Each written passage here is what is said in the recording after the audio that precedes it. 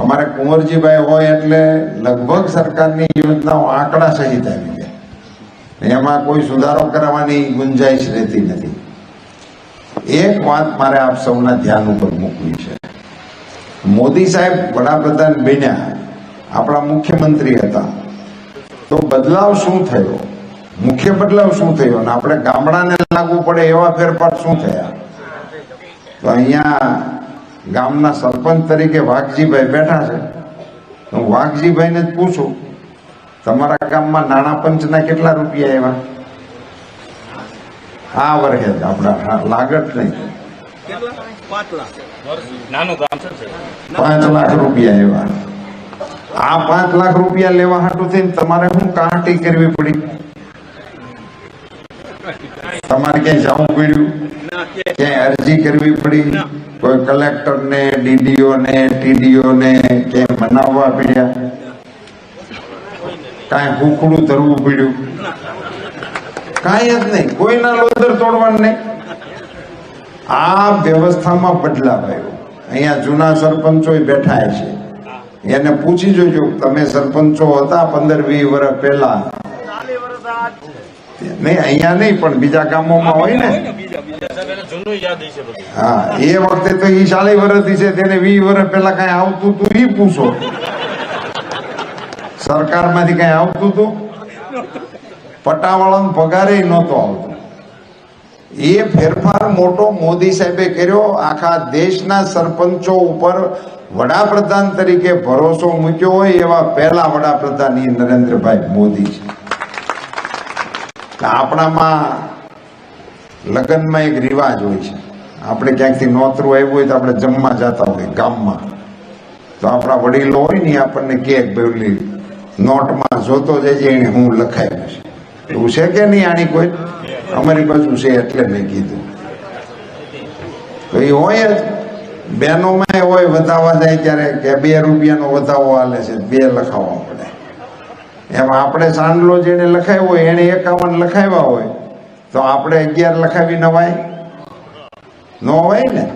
આપણે 51 લખાવવા પડે. સગવડ વધી હોય તો 100 લખાવાય, એ ફરી વખત આવે તો 100 લખાવાય. એ એકબીજાનો વ્યવહાર વધારવાની રીત છે. આ વ્યવહાર છે ને, તો અમે મોદી સાહેબે વ્યવહાર કરી દીધો છે. વાઘજીભાઈ, 7મી તારીખે વ્યવહાર કરવાનો વારો તમારો છે. આમાં બીજી કઈ લાંબી સમજણ કરવા માટેનો આ વિષય નથી. આજે ભાષણમાં એમણે વ્યવહાર કર્યા પછી અમને મોકલ્યા છે કે અમારો વ્યવહાર થઈ ગયો છે, પૂછી આવજો અને ત્યાંના લોકોને વ્યવહાર કરવાનું સમજાવતા આવજો. એ કેવા તમારી વચ્ચે આવ્યો. હવે માનો વાઘજીભાઈ તો સરપંચ છે ને એના ખાતામાં આવી ગયા, પણ અહીંયા તમે બધા ખેડૂતો બેઠા છો, તમારા એકાઉન્ટ હતા, આપણા તો ગઢિયાને એકાઉન્ટ જ નહોતા. આપણને વળી બેંકમાં કોણ જવા દેતું હતું? જવા દેતા હતા? અહીંયા જૂના આગેવાનો હોય છે, મંડળીમાં જ લેતા છે ને. કુંવરજીભાઈ ઉપાધિ કરતા હતા કે આપણે સીઝન આવે એટલે પછી આંકડા થાય ને પછી હોય ને કટારે ને ડોટા ને બમણા ને એવું લેતા હતા. અને મંડળીનો શું વ્યાજનો દર હતો? 18% ભરેલા આમાં બેઠા છે. 18% જોર જોરથી માથું હલાવે છે, પાકા પીર્યા હોય. 18% મેં ભરેલા છે એટલે મને યાદ છે. આમાં તો મારીથી મોટી ઉંમરના જ ઘણા બધા. 18% આપણે મંડળીનું વ્યાજ હાલતું હતું. અટાણે કેટલા ટકા? ભલામણ કાંઈક તો સમજવું પડે કે નહીં વ્યવહારે? 18% ને બદલે 0% ગામડામાં પૈસા મળે ખેડૂતોને એવી વ્યવસ્થા ભારતીય જનતા પાર્ટીની આ સરકારો કરે છે. અને આજે તમને અહીં ચિત્રાવામાં બધા ખેડૂતોને ચોખવટ કરી દઉં કે 0% મળે એટલે બેંક વાળા અમને મફત નથી દેતા હો. તમને એમ ન હોય કે બેંક વાળા રાજી થઈ ગયા છે તો આપણને 0 આપે. બેંક વાળા તો 7% લે જ છે, પણ તમારે બદલે 3% મોદી સાહેબ ભરે છે અને 4% બાવળિયા સાહેબ ને ભાનુબેન ભરે છે. એટલે આપણને 0% મળે છે. 0% પૈસા મળે. તમારા એકાઉન્ટમાં 4 મહિને 2000 આવે. નો આવતા હોય હાથ ઊંચો કરો. નથી આવતા? કેમ? કેમ નથી આવતા? ખાતેદાર નથી?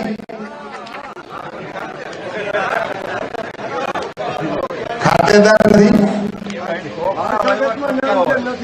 એટલે વારસાઈમાં નામ નથી ચડ્યું તમારા. એ સુધારવાની વાત છે, સુધારી લઈશું. એ વિગતે તમે અમને આપજો અને સુધારી લઈશું. અને એ તો એમના પિતાશ્રીનું નામ હશે એના એકાઉન્ટમાં આવતા હશે, એના એકાઉન્ટમાં, બાપુજીના એકાઉન્ટમાં આવતા હોય. આ બધા આ વ્યવસ્થાઓ જે થઈ ને સાહેબ, મોદી સાહેબને કારણે થઈ. નહીતર આપણા એકાઉન્ટમાં આપણને સપનું કેદી આવતું હતું કે આપણે ત્યાં દિલ્હીમાં કોઈ બટન દબાવે અને આપણા એકાઉન્ટમાં પૈસા આવે, એવી કોઈ વાત હતી જ નહીં. એવો કોઈ વિષય હતો જ નહીં. ગામડાને, ગરીબ માણસને, ખેડૂતને ધ્યાનમાં રાખીને આખી સરકાર નરેન્દ્રભાઈની કામ કરે છે. એટલે આજે આપણે પાણીવાળા છીએ, લાઇટવાળા છીએ, દવાખાનાવાળા છીએ, નિહાળવાળા છીએ. આ બધી સગવડતાઓ આપણા ગામડાઓમાં મોદી સાહેબ આવ્યા એટલે આવી છે.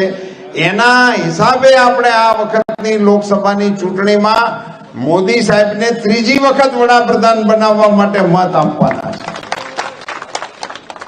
અને આપ સૌને ખ્યાલ હશે કે આપણા વિસ્તારમાં, સૌરાષ્ટ્રમાં ખાસ કરીને પાણીની કેવી કપાણ હતી. આપણી પાસે પાણીનું કોઈ સાધન નથી. આ તો નર્મદા બંધ બન્યો એટલે આપણે પાણી વાળા થયા, નહીતર આપણે ત્યાં પાણી ક્યાંયથી હતું જ નહીં. આજે બાવળિયા સાહેબ આ વિસ્તાર માટે પાણી અમે મોકલશું, આ વિસ્તાર માટે પીવાના પાણીની 250 કરોડની યોજના બનાવીશું, આ વિસ્તાર માટે ખેડૂતોને પીવાનું પાણી મળે એની વાત કરીશું. 115 ડેમ મોદી સાહેબે ભરવાનું નક્કી કર્યું હતું, અત્યારે 1.5 ભરવાનું ચાલુ છે. તળાવોનો કોઈ માપ નથી, એટલા તળાવો ભરવાનું ચાલુ છે, પણ એનું સોર્સ એ નર્મદા બંધ છે. અને આખા એ ગુજરાતની જનતા જાણે છે, આખા દેશની જનતા જાણે છે નર્મદા બંધને પૂરો કરવા માટે મોદી સાહેબે કેવડી મોટી લડાઈ કરી છે. ત્યારે એ ડેમ પૂરો થયો છે. એનું ખાતમુહૂર્ત તો જવાહરલાલજીએ કર્યું હતું, પંડિત જવાહરલાલ નહેરુએ કર્યું હતું. આપણે તો મત નહોતા આપવાના, નહોતા થયા ને તેદી થઈ જાવ તો. એને બદલે મોદી સાહેબ આવ્યા ત્યાં સુધી થયો નહીં. મોદી સાહેબે એને પૂરો કર્યો એટલે આપણે સૌ પાણીવાળા થયા છીએ. એવડું મોટું આખા સૌરાષ્ટ્ર ઉપર અને ગુજરાત ઉપર મોદી સાહેબનું ઋણ છે. એ ઋણ ચૂકવવા માટેનો આ મતદાન માટેનો અવસર છે. સાહેબ, આપણને અહીં સિંહ શેઠે કામ કરતા હોય, અકસ્માત થાય, જનાવર અડી જાય તો આપણને કોણ દવાખાને લઈ જાય? કઈ વ્યવસ્થા હતી? આપણી પાસે ક્યાં ગાડીઓ હતી? અને ગાડીઓ વાળા હતા એને ક્યાં માંગણી કરવાની જરૂર હતી? એ તો ઘરની ગાડી પટારાને પૂછીને જેનો વ્યવહાર હાલતો હતો એને કાંઈ અગવડ હતી? આ 108 આપણી હાટું આવી છે, ગરીબ માણસો માટે આવી છે. અને આજે તમે 108 ડાયલ કરો ગમે એવા ઇન્ટિરિયર વિભાગમાં, 10 મિનિટ નથી થતી દેવદૂત જેવી ગાડી આપણા દીકરા દીકરીઓ, જેને કોઈને ના કરે, નારાયણને ક્યાંક અગવડ પડે તો એને કેવી સુવિધા પ્રોપર જગ્યાએ લઈ જાય તો અલગ, પણ અંદર દાખલ થાય ને ગાડીમાં બેહે ત્યાં સારવાર શરૂ થઈ જાય. અડધી જરૂરિયાત તો ઘણા ખરા તો અડધા હાજરા ગાડીની અંદર થઈ જાય, નાની મોટી એની વ્યવસ્થાઓ શરૂ થઈ જાય. આ આપણા માટે છે. તમે ગામડામાં ભલે રહેતા હો, પણ આપણને બધાને એક અનુભવ હતો.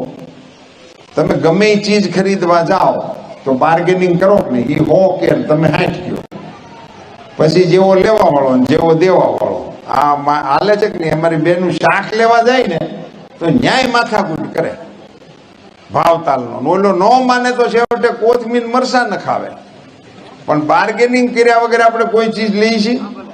પણ દવાખાનાના તમે ડોક્ટરે લખી લીધેલી દવા હોય અને મેડિકલ સ્ટોરે જાઓ, ત્યાં કોઈ દી બાર્ગેનિંગ કર્યું?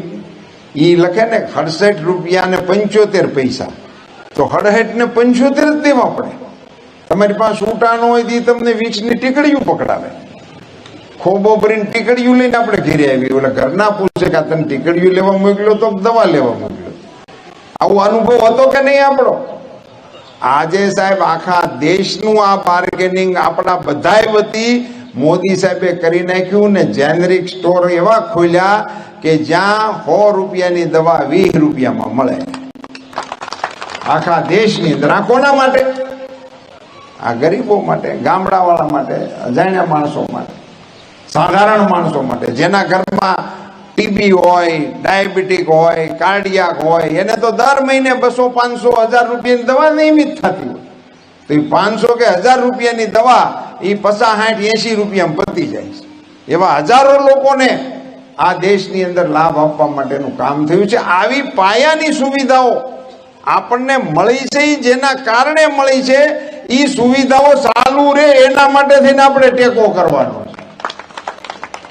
આ લોકો જે મત માંગવા નીકળ્યા છે ને એને આ કઈ કર્યું જ નથી, એટલે એને ચાલુ રાખવાની તો સમજણ ન હોય. જેને કોઈ દિવસ ઠાકોરજીને ફાળામાં હવા રૂપિયો ન લખાવ્યો હોય એ લાખો રૂપિયા દાનની વાત કરી મનાય. આ ઈ મહિલા છે એટલે એની વાતો સાંભળવામાં કે એનામાં પડવાની આપણે કોઈ આવશ્યકતા નથી. ગામડું, ખેતી અને ગરીબ નરેન્દ્રભાઈ મોદીના એજન્ડામાં પહેલા હતું ને હવે તો સાહેબ આ ચૂંટણી પૂરી થાય ને તો જે આયુષ્માન કાર્ડના લાભ આપણે નાના મોટા માણસોને મળતા ભાળી છે ને મોદી સાહેબે એક નવો નિર્ણય કર્યો છે. 70 વર્ષના કોઈ પણ નાગરિક થાય એ હંધાઈને આયુષ્માન કાર્ડ આપવાના. આમાંય જેની ઉંમર 70 થઈ હોય ને એને આ ચૂંટણી સુધીનો જ ખર્ચો એની માથે છે. ચૂંટણી પછી 70 વર્ષની ઉંમરના વડીલોની જવાબદારી એના પરિવારની નથી, ભારત સરકારની મોદી સાહેબ કરી દેવાના તમામની. એમાં કોઈ જ્ઞાતિ, જાતિ, આવક એવું કાંઈ નથી લખ્યું. 70 વર્ષ. એનો અર્થ બીજો એવો કરી શકાય કે મોદી સાહેબ હમણાં સંબોધનમાં આપણને એવું કહે છે કે મારા પરિવારજનો, એ આખા દેશને પોતાનો પરિવાર માને છે. પોતાના પરિવાર હોવાને નાતે દેશના વડાપ્રધાન જો તમારા પરિવારના હોય તો પરિવારને મોભીની જવાબદારી એ બને ને. એટલા માટે એને તમામ વડીલોની જવાબદારી સ્વીકારવાનું નક્કી કર્યું છે. એવી સરકારના નિર્ણયને સમર્થન આપવા માટે આપણે 7મી તારીખે મતદાન કરવા જવાનું છે. આમ તમે શું પર્યાણ કર્યા છે? મતદાન કેટલા વાગે કરવાનું આમ નક્કી કર્યું છે? કાંઈ હજી પર્યાણ બાકી છે. 10 વાગ્યા પેલા કટકટાવીને ભરી દેવાનું એવું એક જણાએ કીધું. બહેનોમાં કઈ પર્યાણ થયા છે? હજી તો કઈ નહીં થયા હોય, પણ તમે હવે પર્યાણ એટલા કરી નાખજો જો આંગળીને ટપકું નિશાનનું મતદાનનું દેખાડે તો જ હવારમાં શિરામણ કરવા દેવું. એટલું જો તમે બેનો કડક નિયમ કરી નાખો એટલે મતદાન 10:30 વાગ્યા સુધી પહેલા થઈ જાય. આટલા જ પર્યાણ આપણે કરવાના છે. કોઈ મત આપણો પડ્યો ન રહે. હવે આપણા મનમાં અપેક્ષા એવી હોય છે કે આ ગામને પાણી મળ્યું તો આપણને મળવું જોઈએ, આ ભાઈને આયુષ્માન કાર્ડ મળ્યું તો આપણને મળવું જોઈએ, આમને મકાન મળ્યા તો આપણને મળવા જોઈએ. એવી આપણી લાગણી છે. પણ આપણે હામી એવી લાગણી નથી દેખાડતા કે ભાઈ આ મત નાખીએ એટલે આપણે નાખી આવવા પડે. આ વખતે 100% મતદાન હું સમાજના આગેવાનોને, કુંવરજીભાઈ, અને આપને પણ કહું છું કે નાના નાના જે એકમો હોય, માનો કે તમારે ગામ હોય તો ગામના સમાજના પ્રમુખ હોય છે, ગામના એને સમાજનું એકમ નાનું હોય જ છે. તો ગામના પ્રમુખ હોય હવે નક્કી કરવું પડે ને ગામના પ્રમુખ સાંજે 5 વાગે મીડિયાને કહી શકે કે અમારા સમાજનું 100% મતદાન થઈ ગયું છે. એવું ગામ આપણે નક્કી કરાવવું પડે અને એના નામે જ આપે. સમજો કાંઈ વાઘજીભાઈ છે સમાજના પ્રમુખ, તો વાઘજીભાઈનું 5 વાગે નિવેદન આવવું જોઈએ કે અમારા સમાજનું 100% મતદાન થઈ ગયું છે. એવું બધા સમાજની અંદર આપણે પકડાવવું છે. સ્પર્ધા થશે કે આ સમાજે 100% કર્યું, આ સમાજે 40% કર્યું, આ સમાજે 50% કર્યું. એની સ્પર્ધા થશે તો નવા દિવસોમાં મતદાનનો પ્રવાહ ઊંચો લઈ જવા માટેના આ પ્રયાસો થશે. સમસ્ત સમાજના આગેવાનોએ ભેગા મળીને ભારતીય જનતા પાર્ટીને અને મને સમર્થન કરવા માટેનો નિર્ણય કર્યો. એ માટે હું સમાજનો આભારી છું અને આના યજમાન બનવા માટે વાઘજીભાઈને અભિનંદન અને ધન્યવાદ આપું છું. કારણ કે પર્યાણ તો થતા હોય પણ કોકે ધાલ ઝીલવી પડે ને, ધર ઝીલી કહેવાય વાઘજીભાઈ તમે. અને એટલા માટે આપને ખાસ અભિનંદન આપું છું. આપ સૌ વડીલો, માતાઓ, બહેનો, આપ સૌનો અંતઃકરણપૂર્વક આભાર માનું છું. ધન્યવાદ. ભારત માતા કી. એક જાહેરાત મારે કરવાની છે કે મુંબઈથી મોદી સાહેબના પરિવારના સજ્જનો અહીંયા આવ્યા છે, એમને મારું સ્વાગત કરવું છે. તો ચંદ્રકાંતભાઈ મોદી અને એમના સાથીઓ, બાપભાઈ છે એક મારા ભાઈબંધ, એમને વિનંતી કે એવું કરી છે ફોર્માલિટી, પછી આપનો કાર્યક્રમમાં જે આગળ